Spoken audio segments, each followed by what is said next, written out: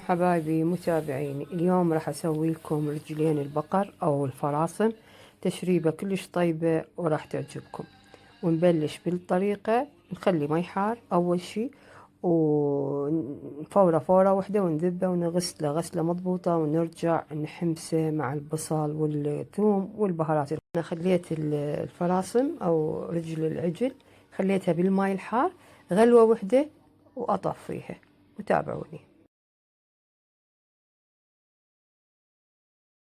وبعد ما غلينا الفراسم أو رجلين البقر غلوة واحدة وغسلناهم، رجعنا صفيناهم وغسلناهم وغسلنا الجدر، وخلينا البصل والبهارات وقلبناهم وياه بس تذبيلة، يعني بس ذبلناهم على مود تطلع النكهة مالت البصل والثوم والبهارات. وبعدها راح نخليها مي حار، وجدر الضغط نضغطها ساعة ونص ونرجع لكم.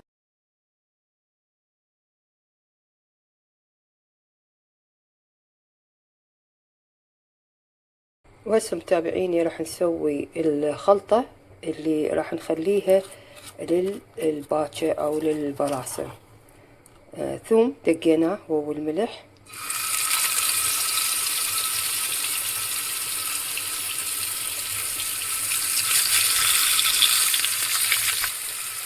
راح نخليه على ما يحمص كل يصير احمر، وعلى ما صار هيجي بهالطريقة راح نخلي له ربع كوب من خل التفاح او خل ابيض او خل التمر، اي خل يعجبكم، بس خل التفاح يعطي طعم اكثر طيب.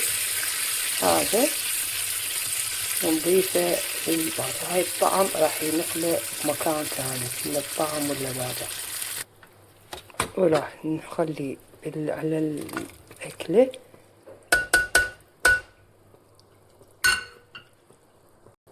وراح نضيف له البصل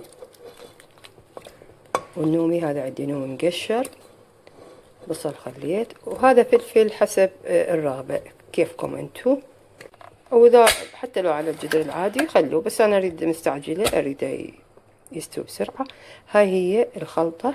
ما تشوفون تشريبتنا جهزت، شوفوا الشكل والطعم ما احكي لكم، طيبة جدا. اتمنى يعجبكم هذا الفيديو، ولا تنسون الدعاء الوالدية بالرحمة، وفي امان الله.